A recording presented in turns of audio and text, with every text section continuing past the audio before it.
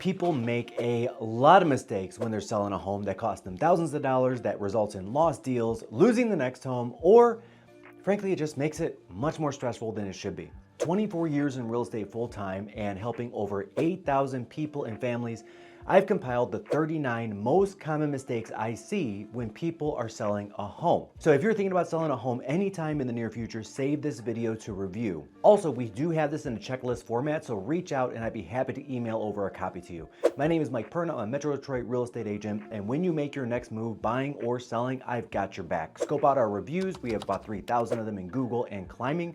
Subscribe to the channel and like this video to help others see it too.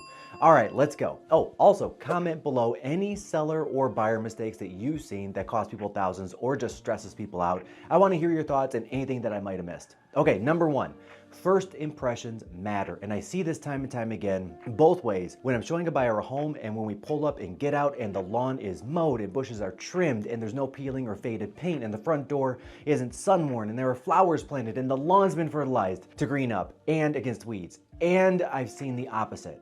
The exact opposite. Brown overgrown grass, out of control bushes, peeling paint, rotted boards, uneven or loose steps, tuck pointing that's needed, and brickwork. I don't even need to ask, it's written all over the buyer's face, and it's two primary emotions that I see when we get there. The first is, oh, like, oh, from Home. Remember that movie? Hello? Yep, just like that. Immediately there's this feeling of disappointment before we even walk into the home, and the second thought that immediately comes to mind, if the owner didn't take care of the lawn, the shrubs, the paint, what other issues are there that we can't see? What else is the seller not maintaining? And the home in their mind starts to lose value fast. Number two, overpricing the home out of the gate. Now this one seems like an obvious one on the surface. The higher the price of an asset, the lower the offers come in, if any do at all. And this holds true of a house, of cars, of shoes, of pretty much any asset out there. With homes, it's a little bit different than the new Nikes. If Nike goes up too high on price, sales will tank. Will a few sell? Sure they will. But they'd be losing a lot of profit because of the lack of sales, even though they make more per shoe. And the opposite is also true. Underpricing a shoe, Nike sales will crush, but then they're still gonna make less because they're netting so much less per shoe. We only have one home to sell, so we can't test the market with new pricing or different styles like Nike can. Most people I meet with a house, it's still a home to them. And it's best to reframe that emotion around it from a home, which is a place a family is raised, memories are created, to a house, which is a product being bought or sold. It helps sellers to be more objective about their property, and that helps people get in line with the pricing and where they need to be to actually get the best price for their property. Number three, overpricing a home but not changing the price rapidly enough. It is not the red hot market of 2020 or 2021, guys, but in most areas, not all, but in most areas, homes are still selling in under a week, maybe even 2 weeks, just depends on the area, and there's still a lot of demand for homes. If you're on the market 10 days to 2 weeks and you're not getting an offer or not getting a good offer, maybe you have one, but it is way below asking. I mean, not like 5% below asking, like 15 to 25% below asking. Change the price fast. The longer you wait, the more buyers are going to begin to think that there's something wrong with your home. Go on Zillow, sort by days on market, highest number first, and you're gonna get that feeling yourself real fast. It's a real thing, and I encourage you to do that. Number four, ignoring some repairs. So there are some repairs, mostly the cosmetic ones, that are going to lead to lowball offers, or even worse, no offers. And note, I did not say replace the roof. I mean, scratched holes in walls, blistering formica, dirty and stained grout that should be cleaned or replaced, worn or stretched carpet, griminess, dirt, dust, basically anything visual that can stop a buyer from falling absolutely in love with your home. Get someone like me out to give you an objective but not offensive opinion. Even dated kitchens and baths will look 100% better with a good outside company coming in for a deep clean, or with some good staging like rugs covering older tile, counters looking better with staged nice appliances. And I know you're living in it, and I know you're using it, and with the fam and the pets, while on the flip side, this is now a product. When you sell a car, you wash it and vacuum it out before showing it to potential buyers. Cosmetic repairs and a deep cleaning are no different. I had a client not too long ago with 3 little kids, 2 dogs, and 2 cats. With the 2 adults, that's 9 people and animals in the house. That's like a village. So our approach here, they left on a Thursday night, coinciding with the timing of an off school day on Friday. We got the home deep cleaned on Friday. My crew even got all the pet odor out. It was great. They did a great job. They stayed away till Sunday night, and 2 great things happened. They turned the weekend into a mini vacation, making memories. They ended up driving out to Saugatuck for the weekend. And the second, by Sunday, I had 4 offers to lever into the best possible price for my sellers. So in this case, was it a hassle to leave for a couple of days? Absolutely. But was it worth it? Again, absolutely, because with 4 offers, we achieved well above asking price. Number 5, doing too many or the wrong repairs. And now I am talking about roofs and furnaces and windows, and with the exception of seal leaks, these are a no-no. So there's a yin and a yang. If you get a great real estate agent, not a good real estate agent, a great one, these items are not worth replacing. They're just not. They're not. If they're functional, no leaks, like no carbon dioxide coming out of the furnace, for example, let the next owner handle them. And here's an example. I had a home in Farmington Hills. I was representing the seller on way back in 2014. The agreed upon sales price was $451,000. In today's market, that would be like $700,000 plus. We were the second highest sales price in the neighborhood to date. The highest was $453,000. But when I went on the appointment, I saw shingles, literally shingles on the grass around the house. I brought it up head on with the seller and I asked about the roof. It was original and 26 years old. Frankly, a few years past its life expectancy. And he said, don't worry, I'll have it replaced before we go to market. I asked if he had quotes and he did. He had contracted a roofer at $21,000 to replace it with a basic 25-year shingle. I said, I'll tell you what, let's hold off on the work. I think I can get better than $21,000 during an inspection negotiation. And the seller did in fact have faith in me. He was referred to me by his son, which I had helped buy a home just a few months previous. So he gave me a little more latitude than most people would. They know me because of the appointment, but they don't like know me. So the inspection report came back and as anticipated, a failed roof. The buyers in this case asked for $25,000 off the price of the home, $4,000 more than the $21,000 quote. Seller was like, what the heck is happening? I'm like, no, keep the faith, keep the faith. At the time, there were 2 other homes on the market in the neighborhood that our buyer could change to. Here was my strategy that I drew out and then proposed to the seller. Number 1, draw out the negotiation until both of their homes had offers on them. Number 2, hammer them down, hammer the buyer down because at that point, it was gonna be their only option. The seller was reluctant to go with it, but they trusted me. They said, okay, we're gonna go your way, Mike. We're gonna give you a shot on this one. So I called the other agents of both the homes that were on the market and both of them were having a lot of showings and both agents thought that they would be getting good offers pretty soon. Good news for me, I told the buyer's agent on our home, just give me like 4 days to get quotes and do some research. I was trying to push back and delay the time on the inspection time frame. He was a little upset with me. And so we ended up settling on 3 days. He gave me a 3-day leeway to get a couple of quotes. By day 3, one of the 2 homes was gone.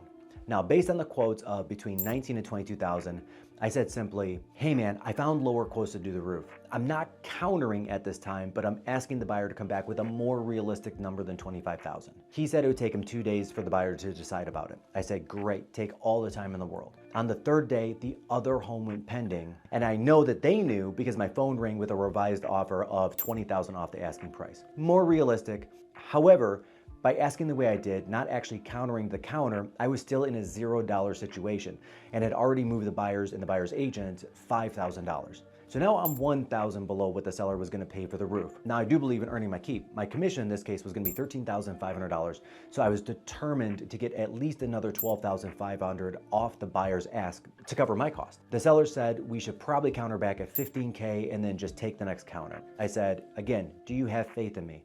And he said with a lot of trepidation, yes. I said, great, let's counter at $500, $500. So my seller was shocked. I said, just ride with me, just ride with it. And he did. And I delivered the counter. And of course, the buyer's agent was just literally flabbergasted, like couldn't even believe it, totally offended. I said, awesome, buy one of the other 2 homes in the neighborhood. Well, they came back the next day at $15,000 off my seller's sales price, right where my seller wanted to be. He was ecstatic. And I said, again, do you trust me? And he said, I do now. I said, great, let's counter at $1,000. He said, yes. So I delivered the counter. The buyers then came back at $11,000. Okay, now we're $14,000 below the original asking price and $10,000 below if he had just done the roof himself. But I still had $3,500 to earn my keep. Under my advice, the seller countered now at $1,500. And the buyer's agent was frankly outraged at this point. A $21,000 roof for $1,500? I said, that's okay. I've got a backup offer, which I did, but it was much, much lower. And if the agents wanted, they could buy one of the other 2 homes in the neighborhood, which of course were off the market. At this point, we were about 10 days into this inspection negotiation. Now my seller was pressuring me to wrap it up. And of course, the buyer's agent definitely was. So I said to my seller, be patient, give me just a little more time. I mean, how often do we get to claw back $10,000 in 10 days? So he went with it. I did have some inside information at that point. An agent I knew had just signed papers to list a property in that neighborhood. And I know because he called and he asked for my advice on pricing. And when I called him back and I said, hey, look, can you guys just hold off for like a couple of days or a week of listing the property, and I told him the full truth and said it's in his seller's best interest to be the only home on the market. And if I lose this buyer, we're both going to be on the market at the same time. He gave me 5 days. I went back to the buyer's agent and said, bottom line me, what is the least amount the buyer would do? He came back the next day and said $5,000. We went from $21,000 to $5,000, or $25,000 to $5,000. I immediately said I was authorized to go up to $3,500 if we could wrap this up in the next 60 minutes. They accepted.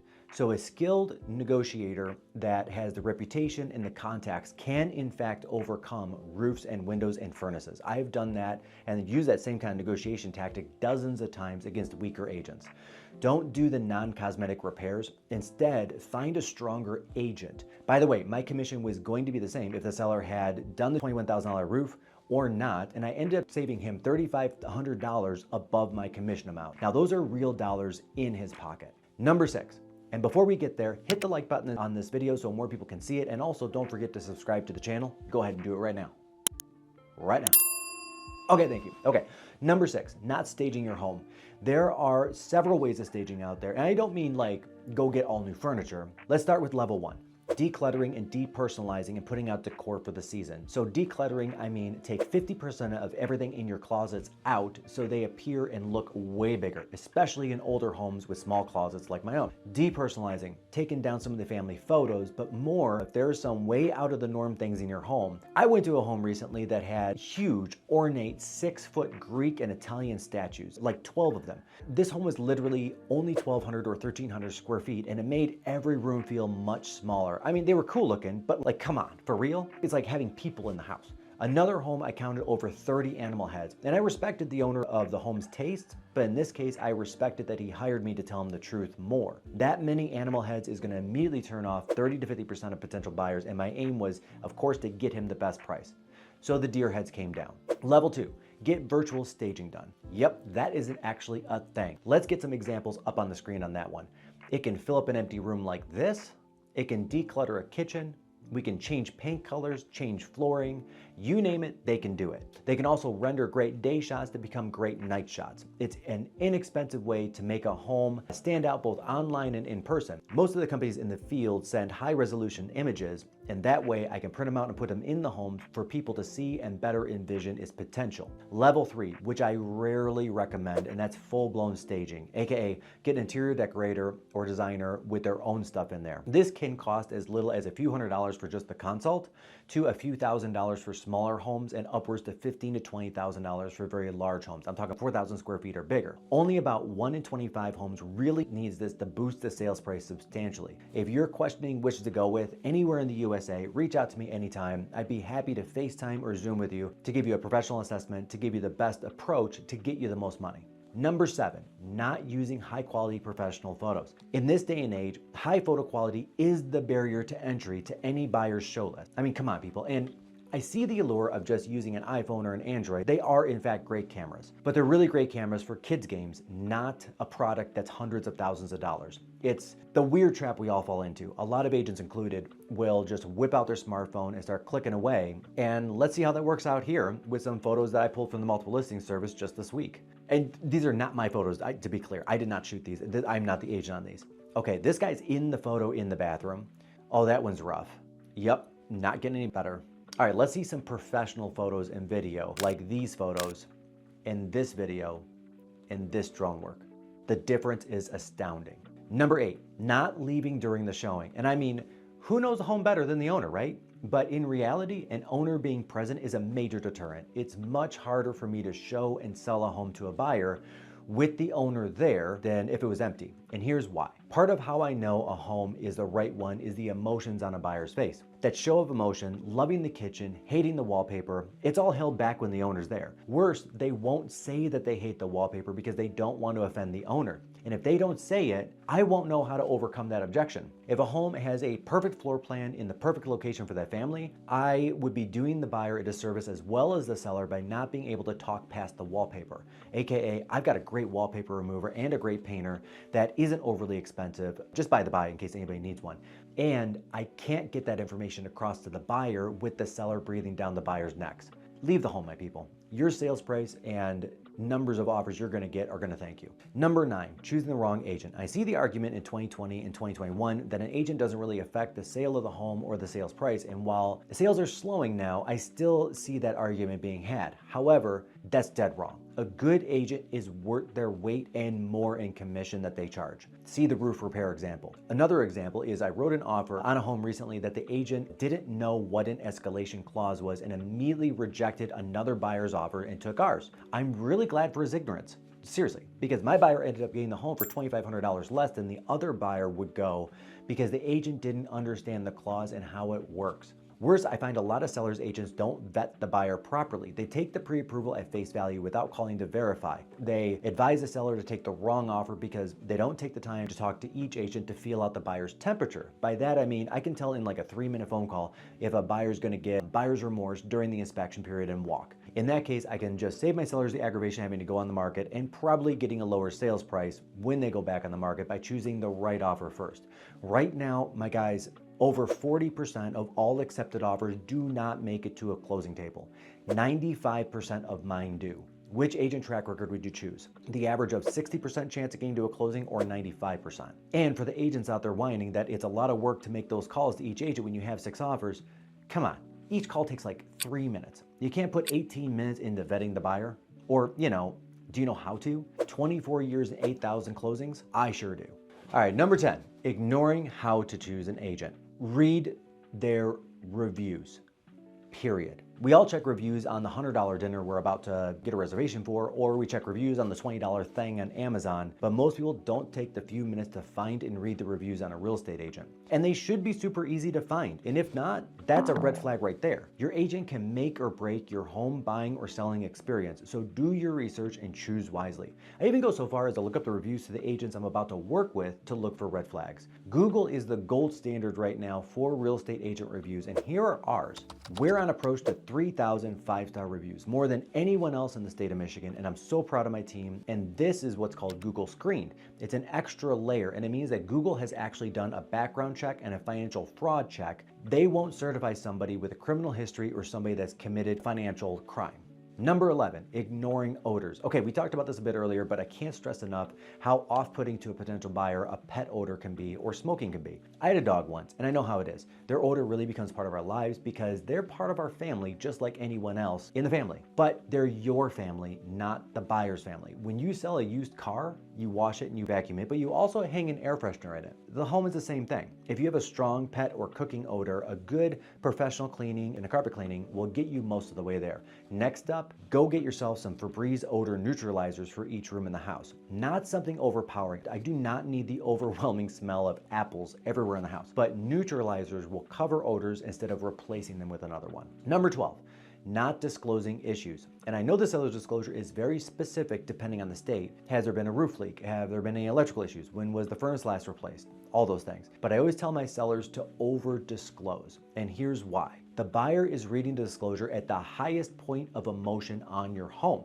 They're about to write the offer. They can see themselves in it. They're thinking about raising kids in it. They're envisioning themselves playing in the backyards, like all the things, right? They're also anxiety ridden. What if they don't get the home? Better offer a little more for the home to beat the other guy, to beat the other buyers. That's when I want them to see all the warts, not after they won the bid, when the high is gone and they're about to do a home inspection. Here's an example. I had a seller disclose both rod hole leaks that weren't fixed and a previous mold issue that was remediated. Every buyer that bid on that home didn't flinch an eye. I mean, were there some quick Google searches around what rod hole leaks were? I'm sure there was. About $150 a hole is what most people are going to come up with. 6 holes, under $1,000.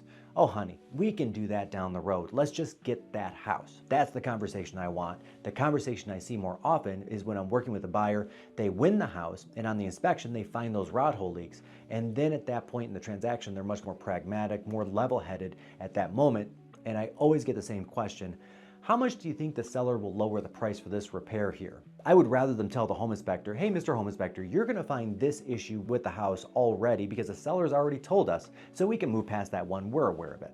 I'd rather see that conversation happen on your house, Mr. and Mrs. Seller. Number 13, rejecting early offers. Note, I did not say accept them, but just don't outright reject them. We can still show your home while we're negotiating, and I want every offer possible to lever each one of them up to the best price and terms. Here's an example. I had a gem of a house, but very unique to the area of Southeast Michigan. It was on 12 acres, and we got an offer right away, but it was low.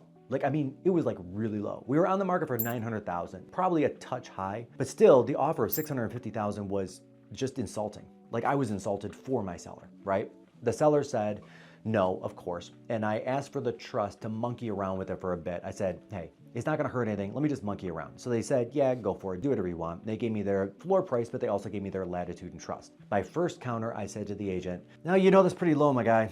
And my sellers are gonna need a day or two or three to just noodle it around. This is a big asking for $250,000 off this price. 3 days later, I delivered them the counter of $895,000. So they came back then at $655,000 within the hour. And I said, I'll tell you what, why don't you guys take the day to think about it, like really think if this home is worth it to them, and then call me back tomorrow after they've had a chance to think about the price. So they came back the next day at $675,000. I took 2 days again, and this time I came back to the buyer at $890,000. So now I've moved 10,000, they've moved 25. Meanwhile, we had almost a dozen showings on the home, and that's really what I wanted. Then another offer came in. I called that first offer and told them, I said, hey guys, another offer just came in and it was substantially higher than theirs. I didn't lie, it was $850,000. So buyer A moved immediately from $670,000 to $800,000. So I called offer number 2 and said, hey, we've been negotiating with another party and they just moved up their offer substantially, like 15% right now to try to beat yours. I didn't say it did beat the second one, and they did move it up about 15%. Offer 2 went to the asking price and we sold the home. This worked for several reasons. First, I needed that first offer to get the second offer up to or close to the asking price. Without it, we probably would have landed about $875, higher than my seller's bottom line, but $900K is a lot nicer than $875, right? Second, I have a good reputation in the industry. I will not lie to another agent. I'd worked with this agent several times over the last 15 years, and he knew that if I said I had a second offer, I did in fact have a second offer. I wasn't gonna monkey around with him. Third, I didn't lie, but I did omit facts as a fiduciary for my seller. I said by how much or what percentage the first buyer raised their offer, the second agent took that to mean whatever they wanted it to mean, which means in their case, it must be higher than the 850, not knowing it was lower. First low offers can serve a purpose. Use them to get better numbers out of other offers, AKA offers number 2 and number 3. Number 14, not following up with buyers that show interest. If a person comes through the home, you better believe I'm gonna follow up. If I can't elicit an offer, at least I can get feedback. Fun fact, Realtor.com did a study of the leads that they sold to real estate agents. Literally, an agent paid for the name and the phone number of a buyer looking to buy in the next 30 to 60 days. That's a guaranteed check. That's like the best thing ever. Now, think about your home value and the commission they earn. Now think about if upfront, out of pocket, the expense of that lead had to be paid every time the phone rings or we get an email from a buyer wanting to see a home from Realtor.com and Zillow. They generally charge between $180 and $550 per call up front. Why up front? Here's why. 38% of those calls and emails never actually get returned by that agent. 41% of people say it takes an agent 4 days on average to return that call or email. The rest of them, it takes them an average 6 hours to return the call. So Zillow and Realtor.com know that if they were gonna charge like a percentage of the commission, that's a losing battle for them because agents just aren't returning the calls at all, or 4 days later, or 6 hours later. Okay, so think about an agent that could make $10,000, let's just say, and is already spending like $300 upfront, isn't calling an agent back for 6 days or even not at all. 79% fall in the 6 day to not at all category. They're not following up with buyers that are interested in your home. Just saying, get yourself an agent that will do the follow-up and then follow up with you on that follow-up. Number 15, using the hard sell. Now this is the actual opposite of not enough follow-up. It's too much follow-up. It's going too hard and following up too much with a buyer. When an agent does that, to me, I tell my buyer, man, these guys have gotta be desperate because this guy's ringing my phone like 2-3 times a day. We must be the only game in town for them. Maybe we'll try a lowball offer? Is there a price that works? 100 grand less? Something like that? Because that's how it comes off. Or I see agents try to hard sell by using scripts and dialogues at open houses, pressuring the buyer to offer right there, Johnny on the spot right now, which actually has the opposite effect. Think of it like dating. Like, you remember dating?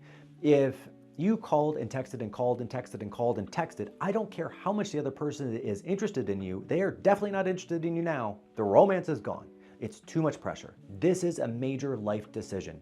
Give them space and time. Not too much, but just enough to see their way into the right decision, which is to buy your house. Number 16, not considering the competition.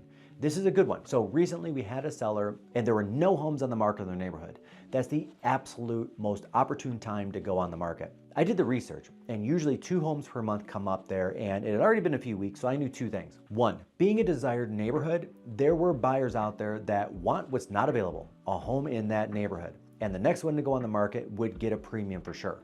Second one, someone else was gonna go on the market and I wanted to beat them. The owners decided to delay for a few weeks getting on the market, and sure enough, 2 more homes came up, and so I advised them to wait and not be the third. They insisted because of timing, and subsequently, while all 3 homes sold, there were 3 options. So none of them sold as well or as high of a price had we just waited a little bit. Conversely, same situation in reverse. There were 3 homes in a neighborhood that were all up in the same week, and I was about to put my seller's home on the market, and that would make it a 4th.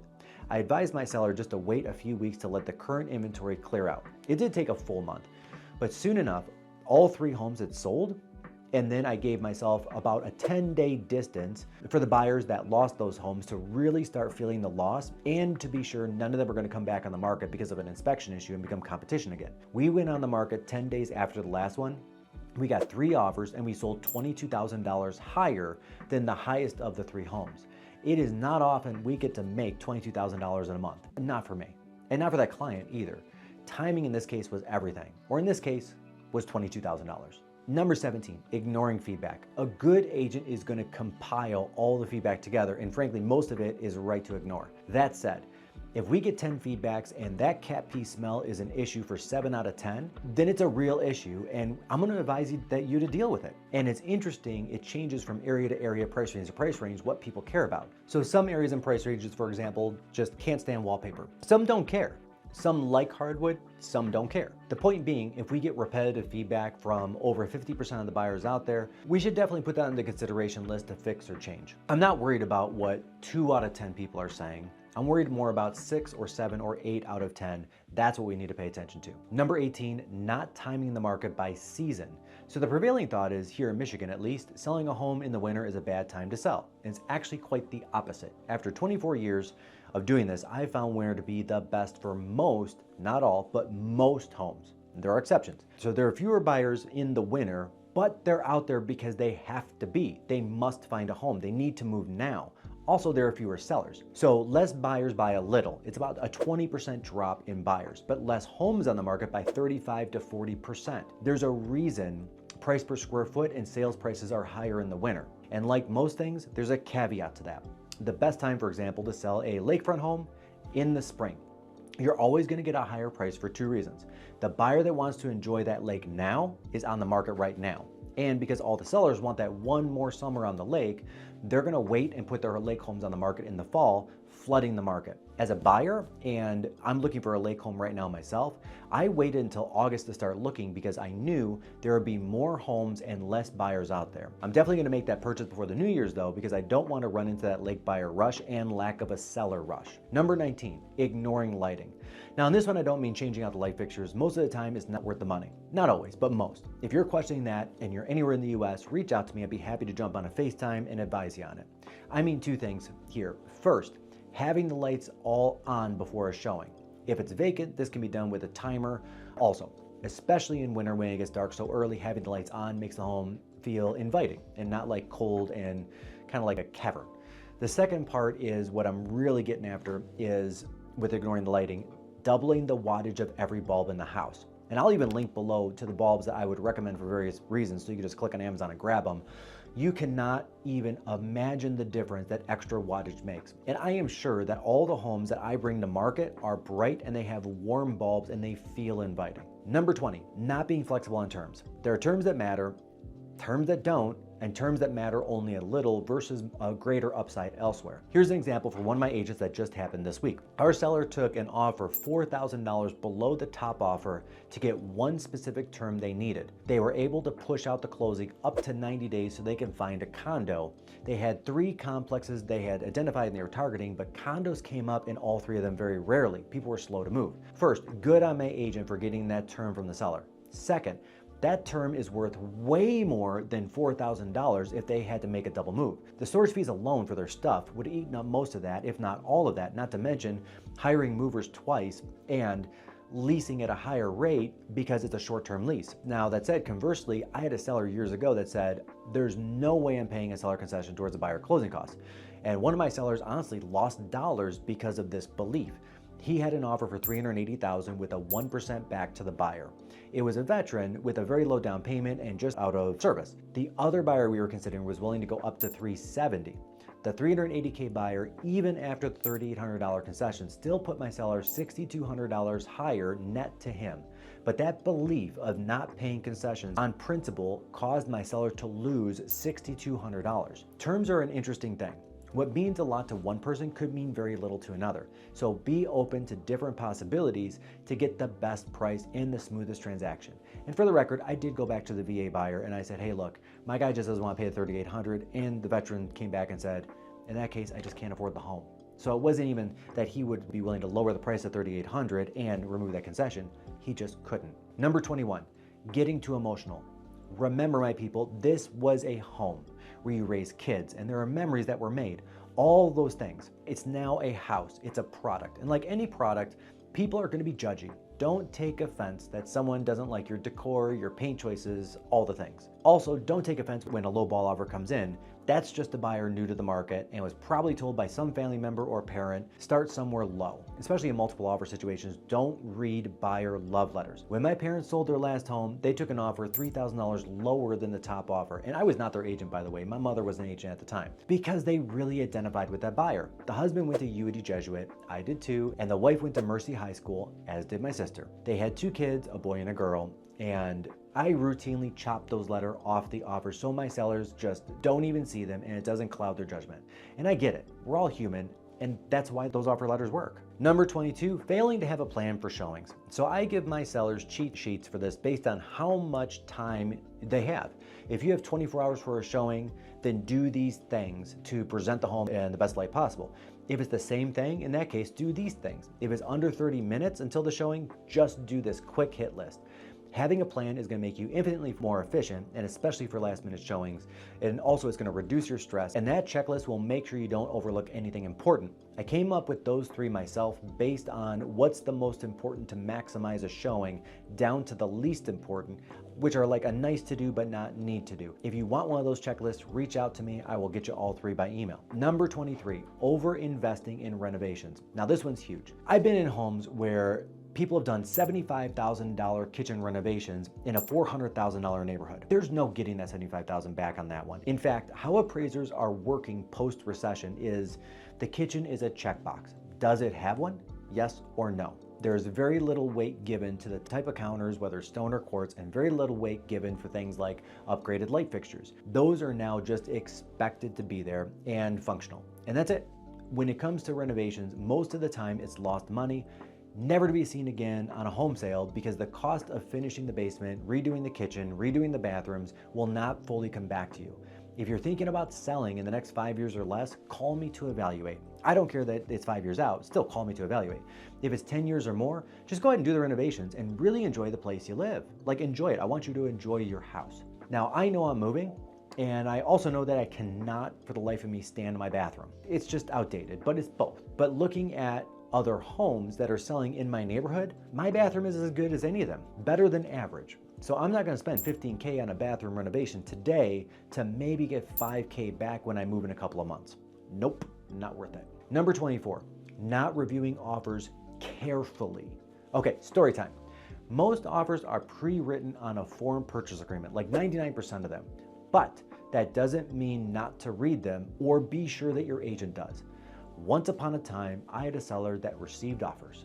here in Southeast Michigan. And here in Southeast Michigan, we prepay our taxes. We don't pay in arrears. So all of the offers have the same basic language. At the time of closing, the buyer will reimburse the seller for the city and county property taxes that they paid for, but will not be enjoying the use of because they won't own the home. 2 offers came in. I actually read the offers, so I advised the sellers, after getting both offers to the highest price possible, to take the offer $2,000 lower. Why? The higher offer got sneaky. That agent got sneaky and added the word not. The buyer will not reimburse the seller for taxes. That's a $6,500 swing in the buyer's favor. So the lower offer, even though it was $2,000 lower, was actually higher by $4,500. The agent that lost said, hey, my offer's higher, why didn't we take it? And I just told him the truth. And I told him I didn't appreciate him being sneaky and will remember this in the future on my next dealing with him. Well, and he just said in response, it's right there in writing. And he's not wrong. It was right there in writing. But he also said over the last 30 deals, nobody had caught that term until me. I asked, if you see it as being caught by not being upfront with it, do you see it as wrong or unethical or at least immoral? Do other agents complain that they've been tricked? Have agents had to come out of pocket themselves because of your shenanigans? And he said yes to all that. But then he said, that's also not my problem. Read the offers carefully, my guys. Which also, I didn't appreciate that answer, by the way. Thankfully, he never had to work with that agent again, but I have warned other agents about that agent. Hopefully one day he wises up and realizes a reputation actually means something. Integrity means something. Okay, I'm off my pedestal. Just because an agent says it's a normal offer doesn't mean there isn't a trick in there somewhere. So read them.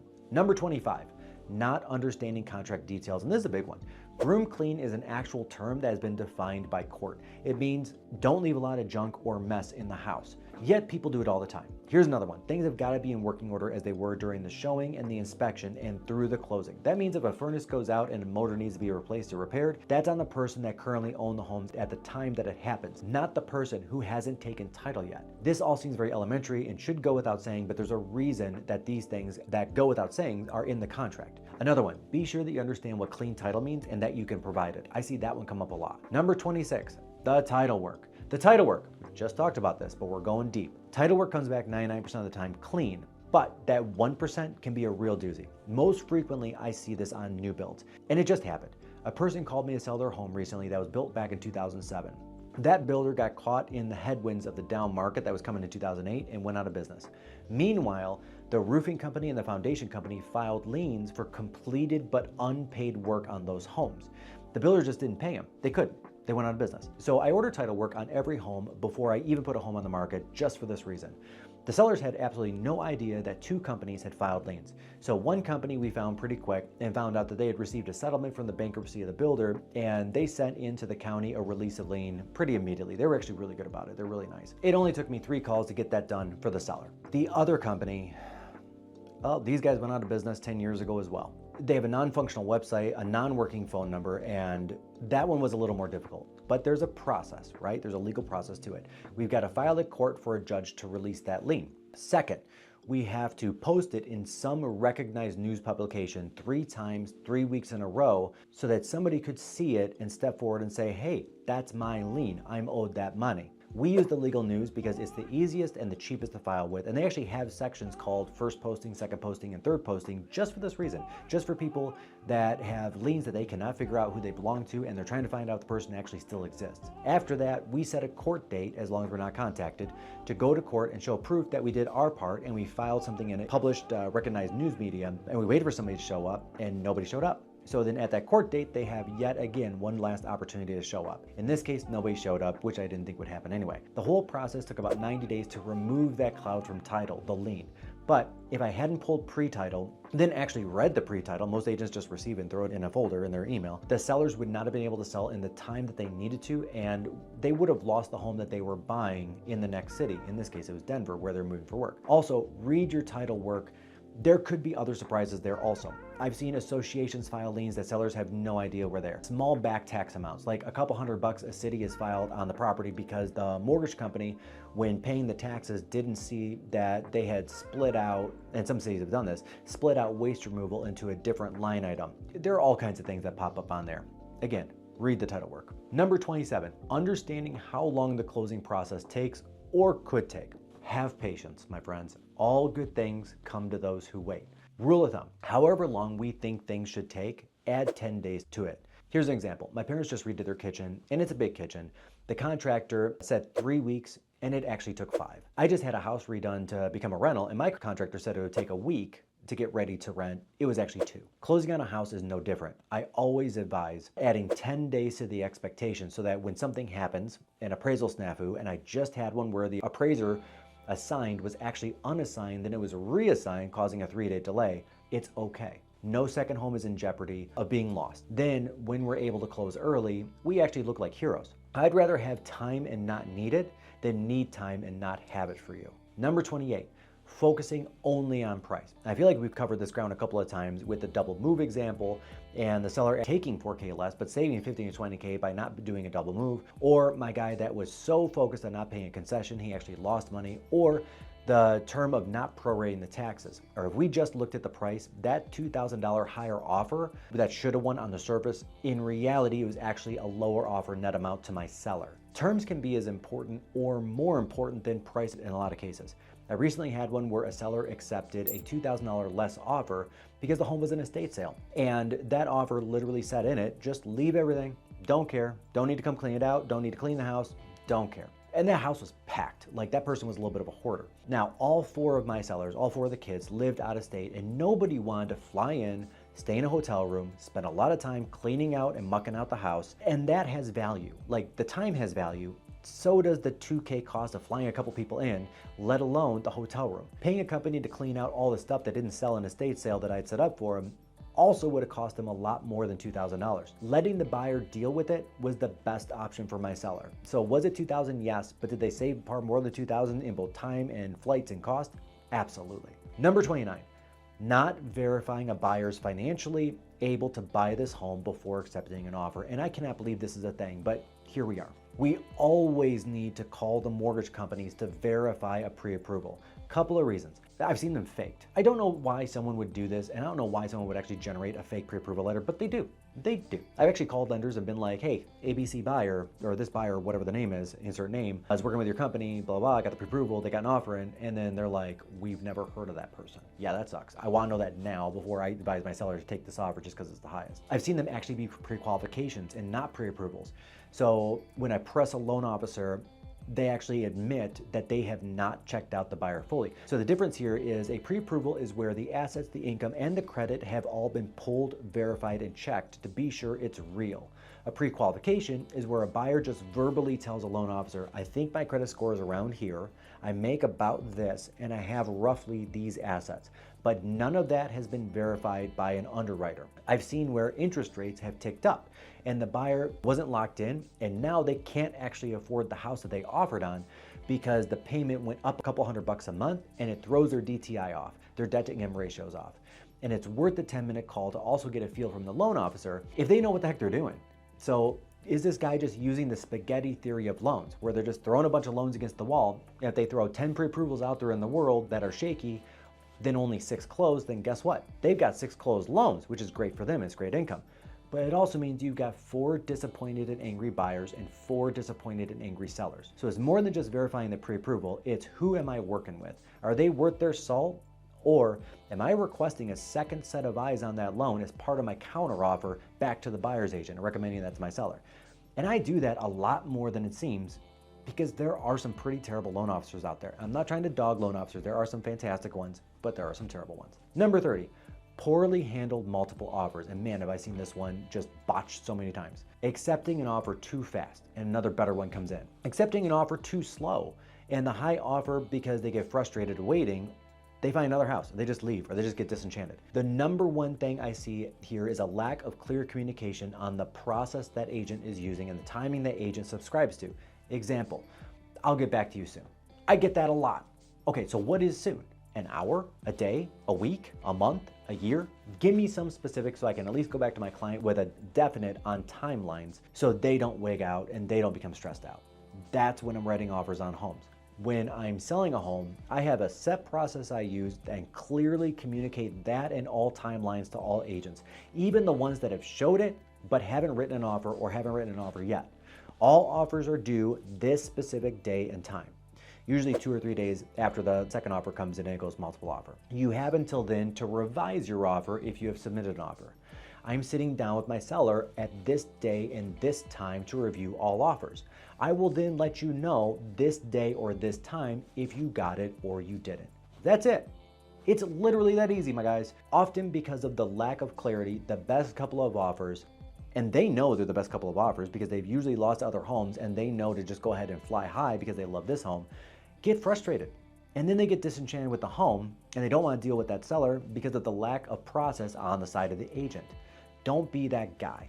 Just like wearing the shirt of the band you're going to go see, just don't be that guy. Number 31, not considering alternatives to selling at all. Okay, this is a good one. My house cleaner is getting married, which is amazing and we're all happy for her. Her soon-to-be husband has a great home in Royal Oak, but what he also has is a great interest rate. I mean, 2.5% great interest rate. Here are their options. They can sell and take the 100K in equity or so and then put it down on the next home, or they can keep that home in Royal Oak and turn it into a rental. And mind you, they're gonna profit about $1,000 per month free and clear because he bought the property when values were lower and he has that great interest rate, don't you forget. My advice for this young couple just starting out in the world is don't sell. And I know I lose a commission, but it's the right thing to do. So let's play this out. Option 1, they sell and put the $100,000 down on the next home. That would save them about $628 a month on the payment on the next home at a 6.5% interest rate. Not bad. $628 a month, $7,200 a year, good money. Option 2, they keep the original Royal Oak house. They pay $628 more per month, but they receive $1,000 per month more in rent. That's a net to them of $372 a month in their favor. That's over half their taxes on the new house. That's almost a car payment, but there's more. Every month they're still paying by way of the rent from the tenant, the mortgage. And that's $300 roughly per month every month that they're paying down the loan. So that's another $3,600 a year kicker to them. But there's more. I feel like an infomercial right now, by the way, but there's more. Just one more thing. Anyway, every year that property is going up in value and homes are going to continue to appreciate. So let's just say that appreciation goes low at just a measly 3% per year. In this case, right now, that's $9,000 in appreciation per year. So year one, these guys are literally up $17,000 in total realized and unrealized gains. Now think about this over a 20-year period. That's $340 gained, and that is a very conservative number because I'm not taking into consideration amortization charts or anything like that, so it's actually closer to $420,000, but they're gonna have to do like roofs and windows and furnaces, so let's go 340. Let's go 340. Now in the meantime, interest rates are gonna come back down to somewhere in the mid-5s in the next year or two, and then at that point they can refi down that loan after 12 or 24 months, making those gains even higher. And I know what you're thinking, but I don't want to deal with the hassle of being a landlord or renting out a house. So that's all in either the picking of the tenant or the picking of the management company. I personally self-manage and over 20 years have not had to do a single kick out. I've never had to go to court one time. I've had no damage past normal wear and tear. Call me, I can advise you on it. I can walk you through how to find the best tenants. Also, I do know I'm losing a check by not just taking that listing and the easy way out, but I truly believe doing the right thing is always doing the right thing. Number 32. Lack of an effective marketing strategy. If a tree falls, no, I'm just kidding. But for real, if a house goes on the market and the right buyer doesn't see it, does it even matter? Marketing is everything. And here's an example marketing report that we send to our sellers every single week. It covers what ads we run, how many views we've gotten on Facebook, on Google, on YouTube, on Instagram, on MLS, on Zillow, and also towards the end, how many buyers there actually are in that price range, in that zip code. And yes, I have access to that data, everything. And I want to be sure I'm monitoring all marketing efforts to be sure they're effectively bringing the right buyers to our sellers' homes. Number 33, not keeping the utilities on through closing. Oh my gosh, this was my first closing ever, and it was a heck of a thing. And this too should go without saying. So my first ever listing, we put up in January and pretty quickly had a sale. And that's when my seller, about a week before closing, decided to save a few dollars and cut the power and gas. A week before closing. And he didn't tell anyone.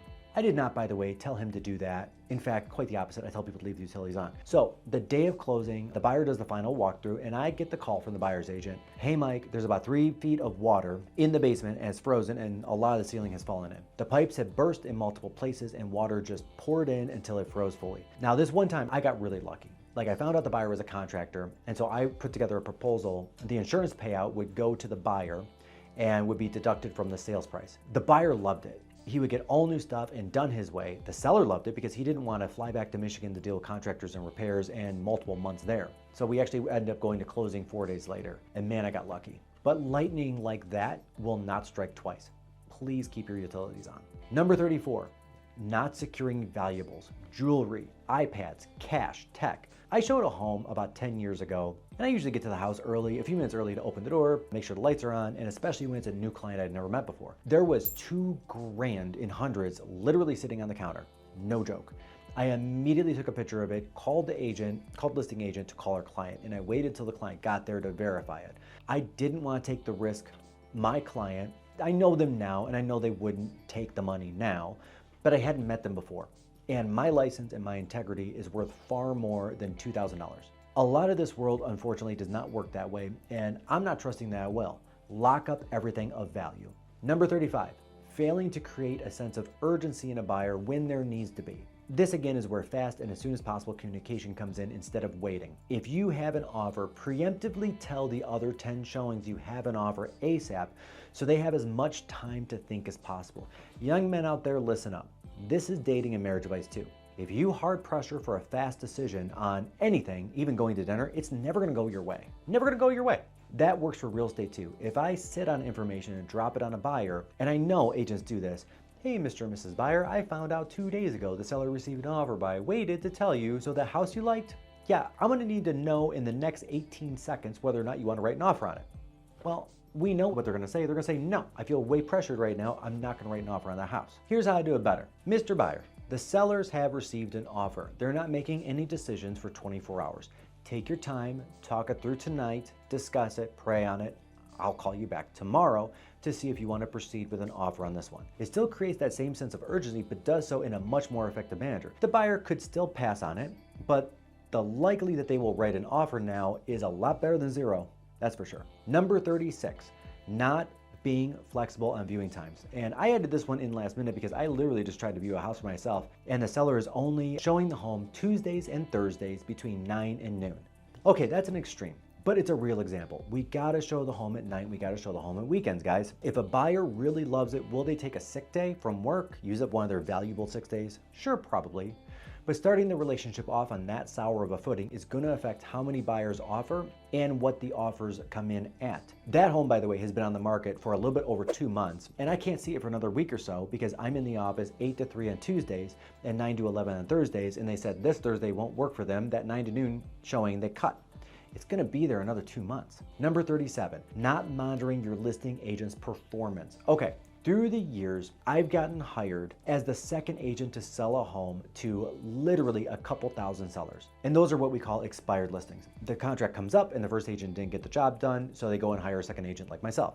It's always been shocking to me the high percentage of agents that list a home and the next time you hear from them is that 3 or 6 months later when the contract is up and they're asking for or begging for a contract extension. Showings happen, no feedback, no weekly call, no weekly marketing report. Sellers really have no idea what's going on and what they can fix or what they can change. How can they make the home more enticing without reducing the price? Or do we need to change the price? Who knows? Probably the agent, but they're not communicating. I cannot believe the number of times I call a seller whose home had come off the market, unsold, and I'm the one telling them their contract with their agent came up, not their agent. There should be at least a minimum of a weekly call set between you and your agent. Minimum.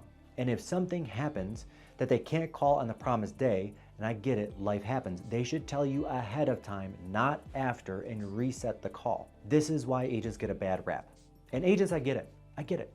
Bad news or no news can be stressful to tell someone. It feels like you're disappointing them. But the reality is it's the market, not you. You're just delivering the news the market is telling you and your client. Buck up and get that call done. That seller would rather have the truth than crickets, every time. Number 38, not providing info on community amenities. So let's be real, most agents that buyers choose are not experts in that city or that neighborhood. And I'll use Northville Hills as an example. Did you know, Mr. Agent, that that's a golf community? Probably not, because your license is hanging with an office in Grosse Pointe. Did you know that Kellogg Park in Plymouth has over 60 events yearly and more if you include things like music in the park? Probably not if you're from Rochester. Did you know Rochester has both Art and Apples, and they've got Lanyap, two great events? Probably not because your license is hanging in Novi. That becomes the seller and more the listing agent's responsibility. Remember how buyers buy homes. They first start with the metro, then they buy the city, then they buy the neighborhood, and then they buy the house.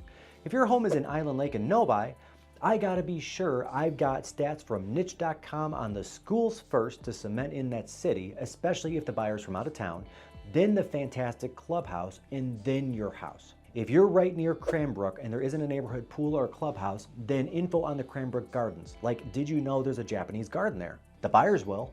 The buyers that go through my listings will make sure of it. And number 39, failing to disclose non-inclusions. Are you taking that funky, cool half-bath mirror with you? Disclose it now. Multiple times. Better yet, if you're taking that chandelier with you or any fixtures or curtains or mirrors or anything attached with a screw, replace it before you even start showing the home. So it's 100% off the table. It's not even on site, not even in the house. Taking that Wolf oven, replace it with a Bosch now and one that's on sale. If you're not leaving it, tell your agent upfront and be sure it's on the seller's disclosure and that the agent marks the exclusion box on the multiple listing service so other agents that are preparing to write an offer, they see it and they can ask what exactly is being excluded. Don't let it become an issue when the buyer does the walkthrough before closing that thing is gone, whatever that thing is. Or a point of negotiation with the buyer, lowering their bid when they find out that $5,000 stove is leaving when the bid would have been the same, even if it was a lesser appliance. Disclose, disclose, disclose. Thank you everybody for coming on this journey of the 39 most common seller mistakes. I hope by now that you've subscribed to the channel and you've hit that like button. I would sincerely appreciate it and you have my gratitude. Don't forget, we drop videos every single week on everything happening in Metro Detroit and Michigan, and I cannot wait to see you on the next video.